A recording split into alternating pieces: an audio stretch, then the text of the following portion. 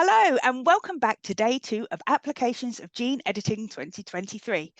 I'm Caroline Clark, conference producer of Technology Networks, and I'm here to introduce our first talk of the day, crop genetic improvement for reducing greenhouse gas emissions for agriculture. I'm pleased to welcome Emma Kovak.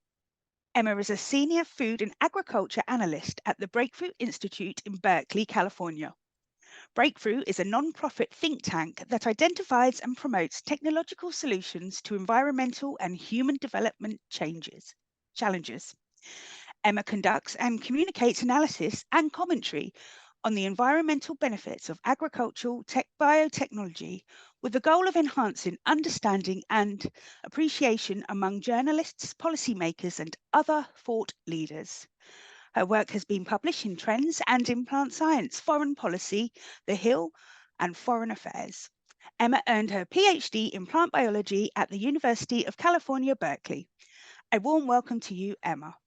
Following the presentation, we'll have a Q&A session and we'll welcome any questions that you may have.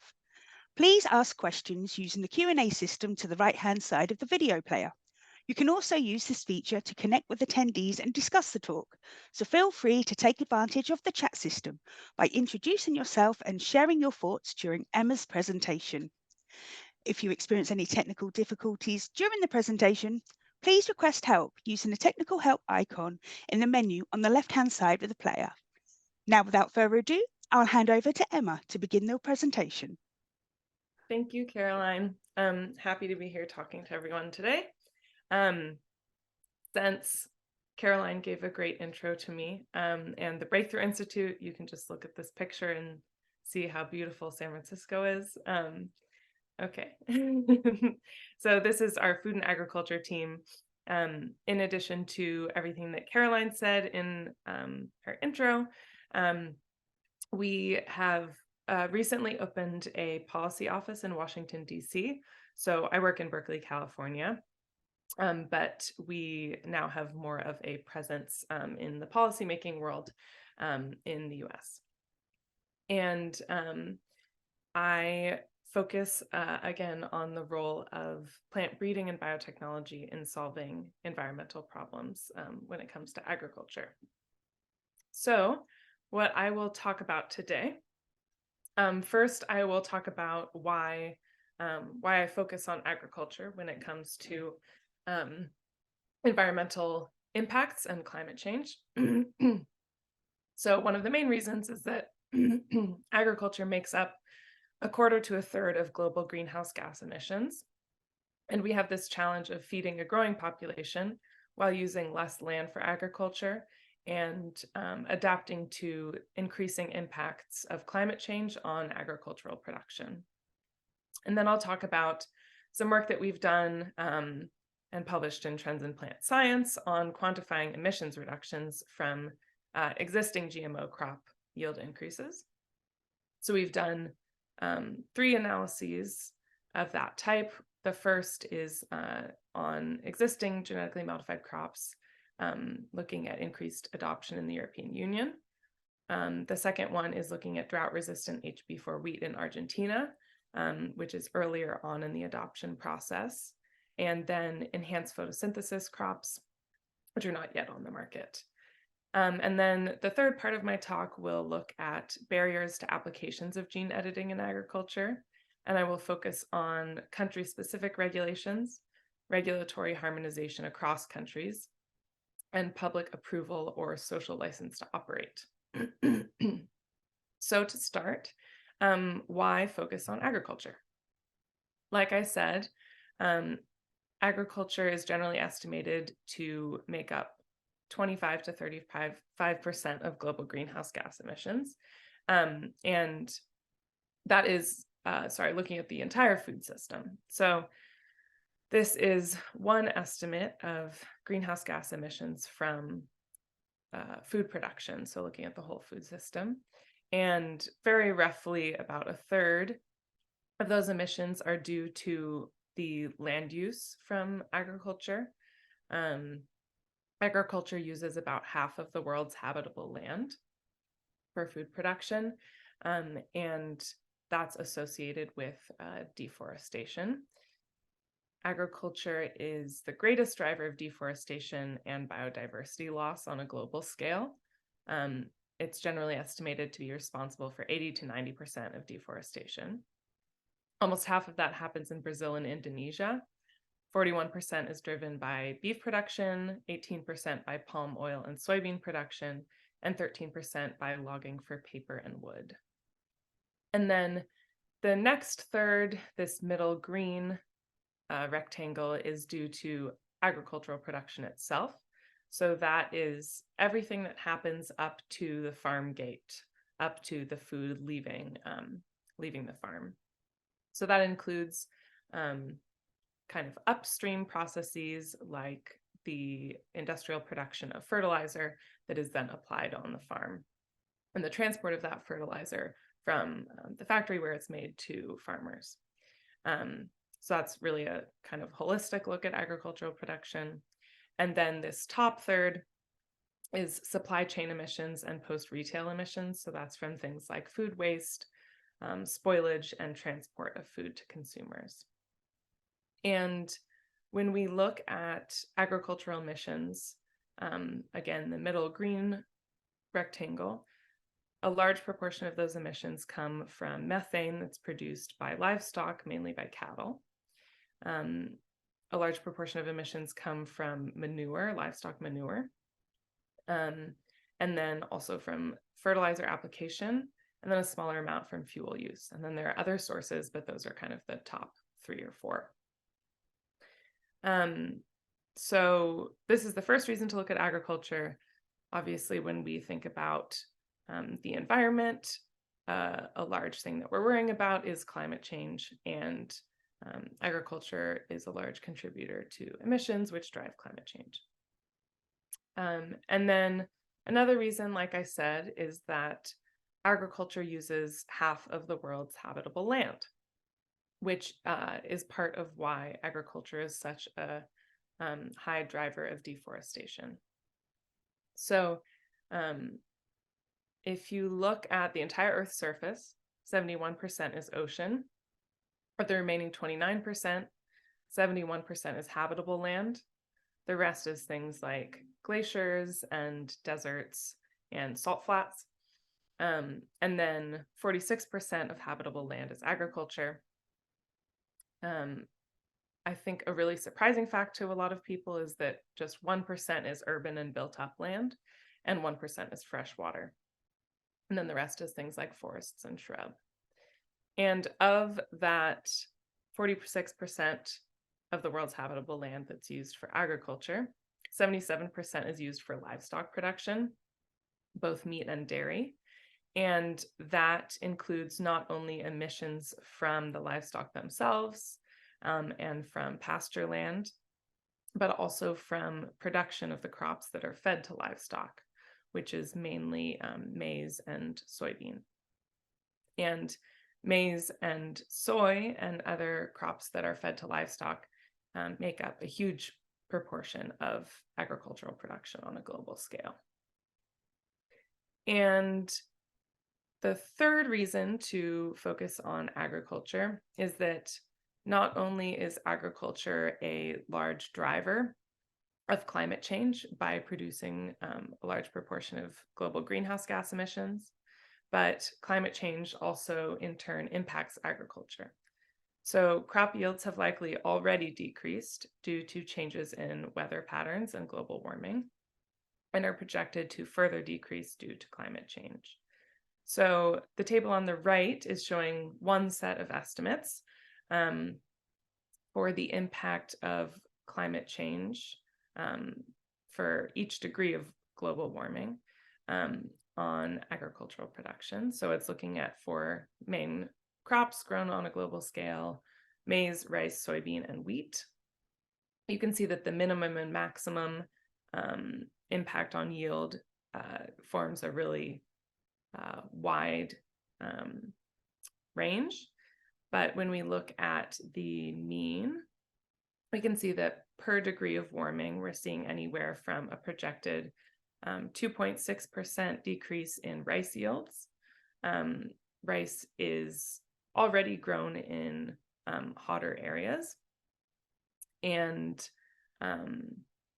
so that is less of a problem for rice than for other crops as the world warms, but rice is often grown in flooded paddies, and the impact of drought and decreasing freshwater availability is especially a problem for rice production. And then on the top end of the range, we're seeing a mean 13.5% yield decrease for maize. So these projected yield decreases are without further adaptation to climate change than is happening currently. And hopefully we will be seeing increased adaptation to climate change in agriculture, and I'll talk a little bit about that in a couple slides.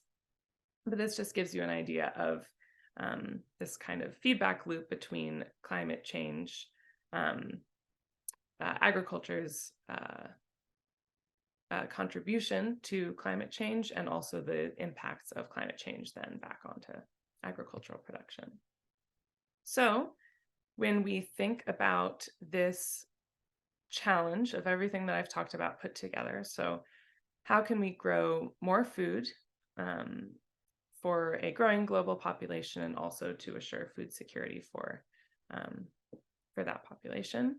How can we grow more food while shrinking the land footprint of agriculture, decreasing that percentage of habitable land that's used for agricultural production, decreasing emissions from agriculture on a global scale, including and as well as other environmental impacts of agriculture, and adapting agriculture to climate change impacts that decrease productivity of crops and livestock. So how can gene editing help address that complicated and large challenge? So I'm going to focus most of my talk on crop production and gene edited and other biotech crops, but I'll give a quick primer on livestock and microbes. These are the three categories of gene edited organisms that we think about for agricultural production. So one thing when we think about livestock, two of the categories of gene edited traits that could help decrease greenhouse gas emissions from agriculture and adapt livestock production to a changing climate are increasing productivity and disease resistance. So the more productive that livestock can be, the less livestock and land for pasture and for feed production will be needed to produce a given amount of meat for human consumption. And in addition to increasing productivity directly, increasing disease resistance also increases productivity in addition to decreasing animal suffering. And because disease pressure can decrease productivity and also lead to mortality of livestock, which means that more livestock are needed to produce a given amount of food. And then, so those are two kind of indirect ways to decrease emissions from livestock production by increasing productivity. And then gene editing can also help directly decrease greenhouse gas emissions from livestock production by decreasing the amount of methane that especially cattle produce through kind of genetic changes in metabolism, and also theoretically through influencing the cattle microbiome. And when we look at global regulations for livestock, for gene-edited livestock and biotech livestock generally, those regulations are not as developed or clear as they are for plants. So that's one of the barriers. One gene-edited livestock animal that we have seen is the PRLR slick cattle, which in the US has been approved by the relevant authority, the Food and Drug Administration. These cattle are gene edited for heat tolerance. So basically they have a shorter and slicker coat, which is a trait that is already present in other conventionally bred cattle. And the edit allows that trait to be introduced into different genetic backgrounds or different breeds. So this is really a big development in the US in terms of gene-edited livestock. The Food and Drug Administration has determined the trait to be low risk since it already exists in cattle breeds that have been eaten for many years. And then another big one is the Aqua Bounty salmon, which is transgenic or GMO, not gene edited, and is faster growing. So again, less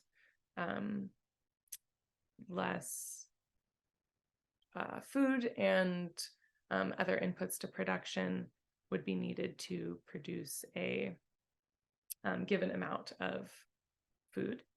And the FDA in the United States, again, has approved this product rather than the slick cattle that I talked about. The Aqua Bounty salmon has gone through the entire regulatory process for GMO animals. And so that is also another potential improvement to the environmental impacts of salmon production. And then the other category of microbes is mainly has the potential to reduce emissions from fertilizer. Fertilizer that's applied to the soil is part of that is taken up by the plant. Part of it runs off from the soil and can contribute to eutrophication in water bodies like the Gulf of Mexico dead zone in the United States and algal blooms. And part of the nitrogen that's applied that doesn't run off and isn't taken up by the plants is then converted to nitrous oxide by the soil microbes, which is an extremely potent greenhouse gas, with many times the contribution to global warming as CO2. And one product that's kind of the farthest along is by a company called Pivot Bio, which has engineered some soil microbes to associate with the roots of crops like wheat, which do not do that on their own in the way that legumes do, and to help provide nitrogen to the plant. These microbes convert atmospheric nitrogen to ammonia, which is the form that's accessible to plants to take up. And then when we think about livestock and microbes compared to crops, genetic improvement is obviously a huge part of improving crop production. When we look historically at the last 50 or 70 years, about half of the improvement in yields, crop yields, or productivity has been due to genetic improvement. The other half has been due to other management improvements. And regulations for gene editing of crops are much more developed than for livestock, and in some cases for microbes.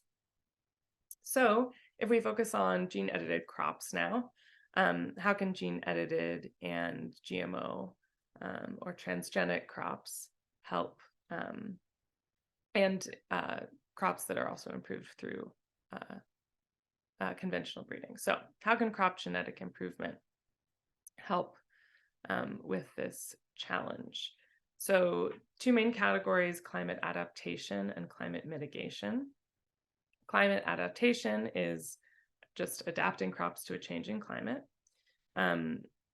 The main challenges that we are seeing and will continue to see with increasing intensity are heat and drought and insect and other pest and disease pressure on crop production. So obviously, we are seeing higher temperatures and increasing frequency of really high temperature events like heat waves, as well as increasing drought. And those are all challenges to crop production. And gene editing and other genetic improvement can increase heat and drought tolerance in crops. And then as the world warms, we're seeing increases in pest and disease pressure as well on crop production. And genetic improvement can increase crop resistance to disease and pests. And then in addition to gene editing, because I think it's really important to think about gene editing as one tool in a larger toolbox, other strategies for climate adaptation are shifting where crops are grown as as lower latitudes become too warm for production of some crops. Higher latitudes that were too cold are becoming warm enough, and production of crops like wheat that need a temperate environment can be shifted to higher latitudes. And then expanding irrigation to provide consistent water access when it's needed during the growing cycle, even when changes in rainfall patterns continue. And then climate mitigation involves decreasing greenhouse gas emissions from agriculture and increasing the amount of carbon that's taken out of the atmosphere by agricultural crops and soils. So decreasing emissions from agriculture, gene-edited crops can have higher yields.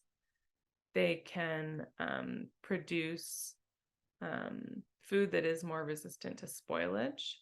When we looked at emissions from the food system, you saw that about a third of those emissions are due to processes that happen after food leaves the farm, and some of that is from spoilage and food waste. Gene-edited crops can use fertilizer more efficiently, or gene editing can create crops that use fertilizer more efficiently and decrease emissions from fertilizer over-application. And then existing kind of first generation GMO crops have helped reduce pesticide application, have improved herbicide application, and reduced tillage. All of which pesticide and herbicide application, there are emissions associated with producing those inputs and then also with applying them with tractor runs. And then tillage is the process of turning over the soil, which helps prepare the soil for planting and also helps with weed control. And so herbicide tolerant crops help with weed control and reduce the need for tillage. And then insect resistant crops like BT crops reduce the need for application of pesticides because they include pesticides in their tissues. And then in terms of increasing carbon sequestration, gene-edited crops can help by having more carbon storage in roots. There's an example that I'll talk about on the next slide. And by reducing tillage, which, like I said, in addition to tillage increasing CO2 emissions from the soil, obviously in reverse, reducing tillage increases carbon sequestration or allows carbon to stay in the soil. And then in addition to gene editing, other strategies include cover cropping, which means that the soil spends less time with nothing growing in it and increases carbon sequestration by plants that are growing. in that soil. Electric tractors decrease emissions from tractor fuel. And then precision agriculture includes strategies to apply just the amount of fertilizer that plants need, which decreases emissions from nitrogen fertilizer that's left on the soil and is then converted to nitrous oxide, which is a greenhouse gas with large warming potential. So some examples of products that are either close to release or that are in kind of farther back research phases or have been released. The analyses that I'm going to talk about that we've done to look at the impacts of yield increases in genetically modified crops have been on existing genetically modified crops that have been grown in parts of the world for decades, because we have data on the impacts of those crops. There is still only one gene-edited crop in the marketplace, which is a high GABA tomato in Japan, so increased nutrient or a compound that's associated with health benefits.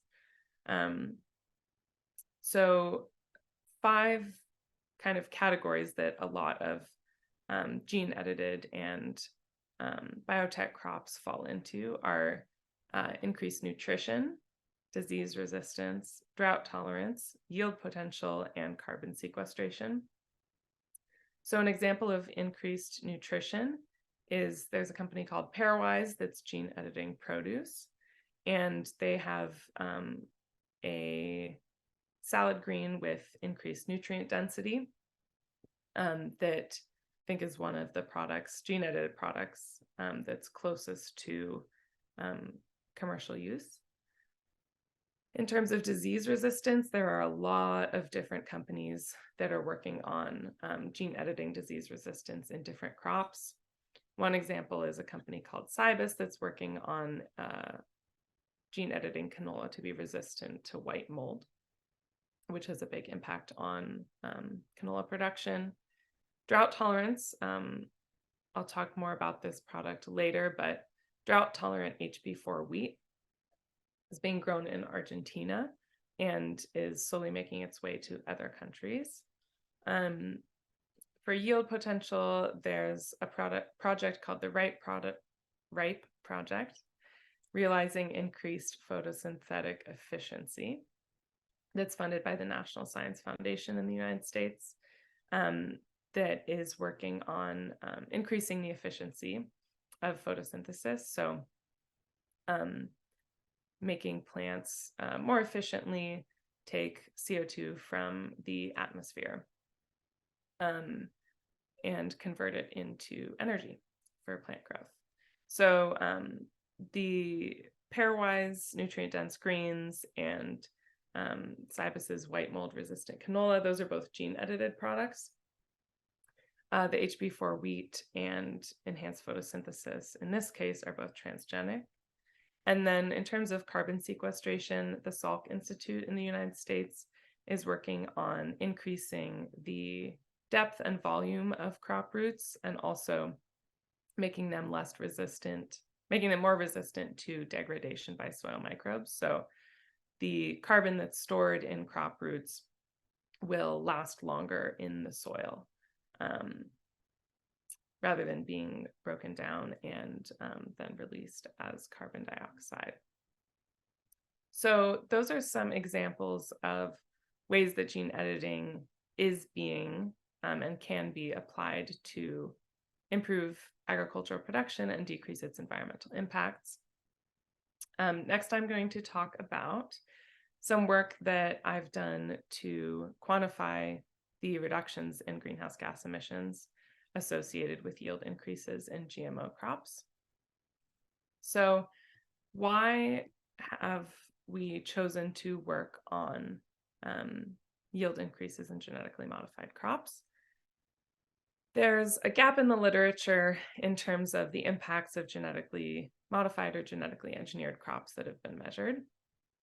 So far, they've been measured in three main ways. The first is looking at increases in crop yields and the impact that those have on farmer profits.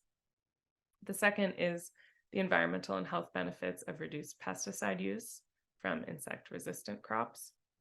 And the third is lower greenhouse gas emissions and fuel use from reduced tillage that's due to the cultivation of herbicide-tolerant crops.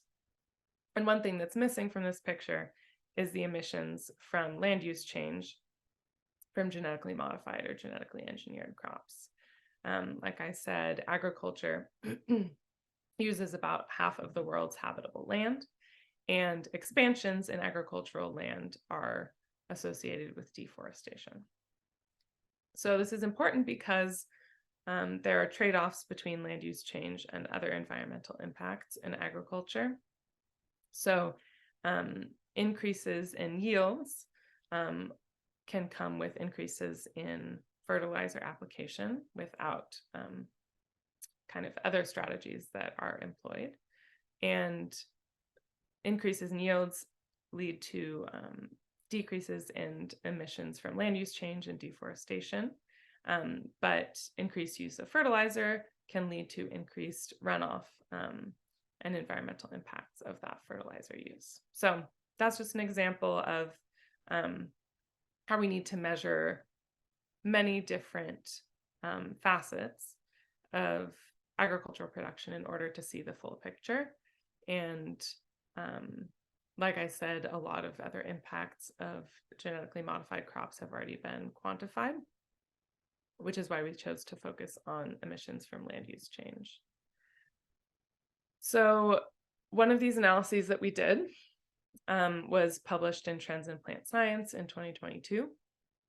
And I did this work along with Dan Blaustein-Rayto, who's the director of the Food and Agriculture program at the Breakthrough Institute, and Mateen Kaim, who's an agricultural economist who works on biotech crops. So we chose to do this analysis focused on the European Union. That's because the EU has historically been very anti-GMO. Currently, there's almost no GM crops grown in the European Union, but there are large imports of genetically modified crop products like maize and soybean. And we looked at what are the potential avoided global emissions if the European Union grew more genetically modified crops. And we found those potential avoided emissions totaled 33 million metric tons of CO2 equivalents in the scenario that we looked at, which is equal to 7.5% of the 2017 emissions from agriculture in the EU. So a little more detail on the analysis that we did. We looked at 5 genetically modified crops that are grown in many countries in the world, but largely not in the EU. And if the EU had grown levels of those GE crops that are grown in other countries in 2017, to what extent might greenhouse gas emissions have been avoided on a global scale? We looked at existing traits for herbicide tolerance and insect resistance. And as I've discussed, those traits decrease damage and productivity loss from insect pressure and weed pressure. And so they increase the effective yields that we see. And the idea here is that if crop yields increase in the European Union, total production of those crops could increase, which would lead to the European Union making up a larger proportion of global production. And then the EU could theoretically decrease imports because they would be producing more of their own food, or increase exports. And emissions from production and land use change, like deforestation, elsewhere in the world would decrease because production is shifting to the European Union. So an example of that is that the EU imports a lot of genetically engineered soy from Brazil, and soy production in Brazil is associated with deforestation in the Amazon. So an illustration of the main principle here is that as the world population and food demand rise, we need to convert yield increases, reduce the need to convert new land to agricultural production. And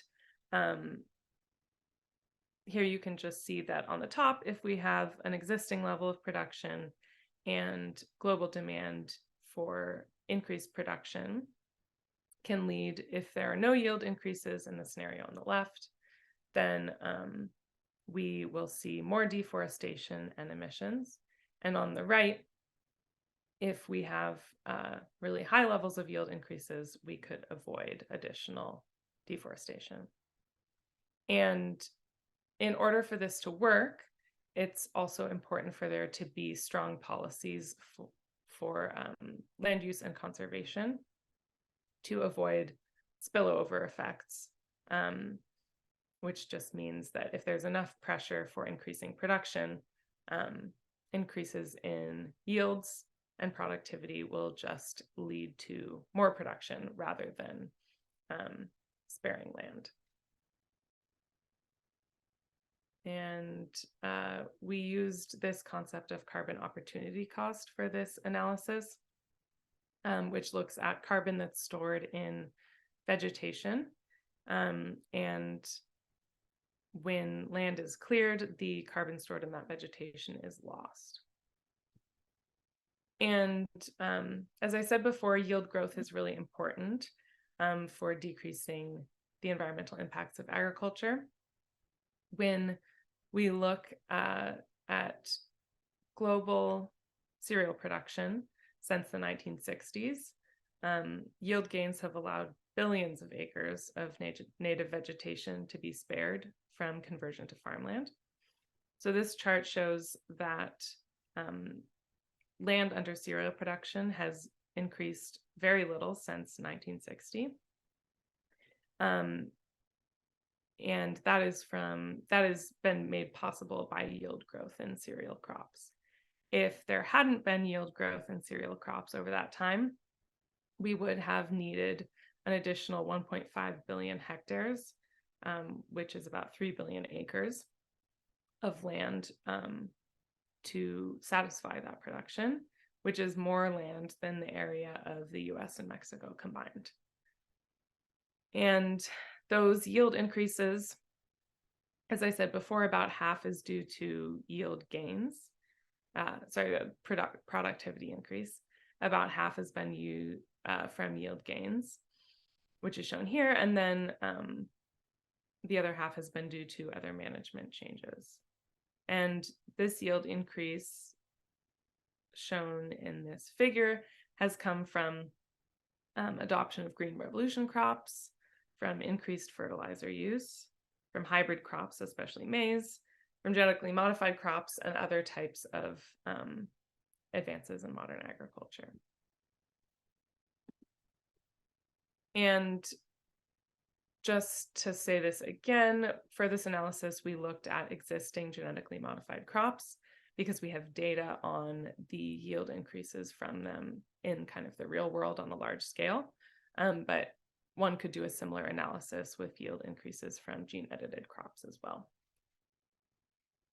And I'm going to mostly skip this because for time, but the European Union has the farm to fork strategy, which is a strategy for improving and increasing agricultural production while decreasing environmental impacts.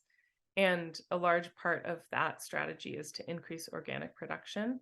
And on average, organic agricultural production has lower yields than non-organic production, which means that more land would be needed to produce the same amount of food.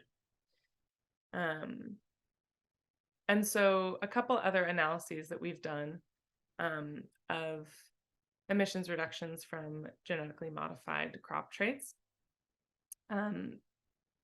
One looked at drought-resistant HB4 wheat, which I discussed before. And we looked at if this wheat variety was grown on a third of Argentina's wheat growing area. And if there were, on the left in orange, we have our low estimate for a yield increase of 13%. If we saw that 13% yield increase, then global greenhouse gas emissions could be reduced by at least 0.86 million metric tons of CO2 equivalents per year, which, to put it into understandable terms, is equal to 34% of the yearly on-farm emissions from Argentina's wheat production, which is shown in blue on the right. And then another analysis that we did looked at improved or enhanced photosynthesis crops that I talked about from the Right Project in the US. And if we saw adoption of those traits in these 6 crops in the US, so this is just looking at the US, there would be a reduction in global food system emissions from land conversion by 5%. And of course, these traits could also be applied elsewhere in the world. And then I'll talk a little bit about barriers to applications of gene editing in agriculture. There are many different barriers. I will focus on regulatory harmonization, country-specific regulations, and public approval or social license to operate. But other barriers include scientific barriers. There are some kinds of edits in some organisms that we haven't figured out how to do well yet. Access to intellectual property for the gene editing tools. Ways to approach marketing for gene-edited crops, and ways to ensure coexistence of gene-edited and non-biotech products in the market. So that's for import into countries that do not allow biotech crops, and for keeping separate gene-edited crops from products that will be labeled non-GMO. So when we look at regulatory harmonization, this is a map showing the current state of genome editing legislation in the world as of June 2022. So it's pretty up to date, although things are changing very quickly. And in the countries in green have passed regulations saying that genome edited crops without foreign DNA will not be regulated as GMOs. So that's largely SDN1 and SDN2 type edits. And even though all of those countries are colored green and agree on that general principle, there are still more subtle differences in regulations in those countries that impact trade between those countries. So if you want to import a gene-edited crop from the US, a company would have to comply with different import and regulatory requirements for each country. And then on a global scale, the EU stands out as having the most strict regulations of gene-edited crops. They're currently considered GMOs, although that's under reevaluation. The UK, since leaving the EU, has taken a more pro-biotech approach. And then you can also see New Zealand is kind of stands out as more anti-GMO than many other countries. And then country-specific regulations. In the United States, for example, in 2020, there was regulation passed that basically said that biotech crops that do not include foreign DNA will not be regulated under existing GMO or biotech regulations. But there's still, even given that, and after the passage of 2 years, there's still uncertainty about how exactly those regulations will be applied. And that uncertainty makes it difficult for developers to know what they're getting into. And in any case, there is both time and cost associated with complying with regulations that, if those costs are high enough, can decrease the accessibility of developing gene-edited products for small companies and developers that have less resources. And then in terms of public approval and license to operate, a couple of things that tend to or are thought to increase public approval are products with visible benefits to the consumer. So historically, first-generation GMOs have had benefits that are more visible to farmers in terms of decreasing inputs like pesticides. But pairwise increased nutrient-dense lettuce or salad greens is an example of a product with a benefit that is very visible to consumers specifically. The pink pineapple is genetically engineered or transgenic, but has had a lot of success with consumers and through marketing practices on social media. And then two important things for increasing public approval and social license to operate are stakeholder engagement and transparency practices. A lot of stakeholders are calling for a global registry of gene-edited crops because some of those crops will not be regulated as GMOs. They won't be included in existing databases from regulatory agencies. And so that's a strategy so that all stakeholders can see what products are out there and kind of follow the impacts and have input on the process. Companies are, in many cases, in relatively early stages of developing stakeholder engagement practices for gene-edited crops. Historically, the main consumer or the stakeholder that companies need to convince of the utility of biotech crops is farmers. But with more consumer-facing traits, that is increasingly the general public. A couple things that have been notable developments, I think. I'm part of a group called the NGO Gene Editing Roundtable, which involves a lot of large conservation and environmentally focused NGOs that work not just in the US, but globally. And that's really exciting because historically, environmental groups have been either not publicly involved in the conversation about biotechnology or extremely opposed in the case of Greenpeace. So I think we're really seeing movement there, which is partially, I think, due to the genetically modified American chestnut in the United States, which has a really important conservation purpose, and I think has gotten a lot of environmental groups involved in the conversation.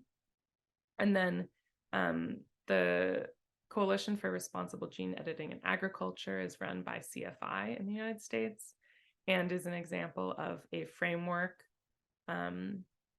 for responsible use of the technology that allows developers to get certified and can help assure kind of downstream stakeholders that the technology is being used responsibly. So those are some examples of things that I think we're really moving in the right direction in terms of assuring or increasing public approval and social license to operate for gene editing technology in agriculture, which is absolutely necessary for ensuring that the benefits are realized. So I'll stop there. Thank you so much for your attention, and I'm happy to answer questions. Well, thank you so much, Emma. Another fantastic talk to start the day off with. I know we're quite short on time, so I'll get to the questions as soon as possible, as soon as. So your first question is, what is the relative impact of different barriers to use of gene editing in agriculture? Yeah, so I think one of the biggest ones is country level regulatory systems because, as I mentioned, there's uncertainty there still as to how they're kind of going to roll out. And that has an impact on small developers, um, even getting started with production of gene edited crops, even without these issues between regulations in different countries. And then I think also public approval and license to operate. There's still a lot of uncertainty about public acceptance of gene editing. Will it be the same as GMOs have been, or is it going to be better? And there's uncertainty with developers about how to communicate about the technology. That's fantastic. I think we've got time for one more question, and that is, what are the limits of gene editing for mitigating the environmental impacts of agriculture? What parts of agriculture can't be improved using gene editing? Yeah, so I think gene edited crops have a lot of power to improve the environmental impacts of agriculture by increasing yields. But as I said, in order for increased yields to decrease deforestation and land use for agriculture, we also need policy and regulations to prevent spillover effects. So gene editing can't alone do that. And then in terms of reducing input use, gene editing can help reduce the need for pesticides and fertilizer, but can't reduce emissions from production of those inputs that are still needed to whatever extent that is. And so we really need a systems approach to solving these problems that includes gene editing, but also other complementary tools. That's fantastic, Emma. Unfortunately, that is all the time we have for today. Any questions that we didn't have time to get to will be sent to Emma after the event. And as with all the other talks in the event, this talk will now be made available to view whenever you want for the next 30 days. That just leaves me to say thanks again, Emma, and we will be back soon with the next talk.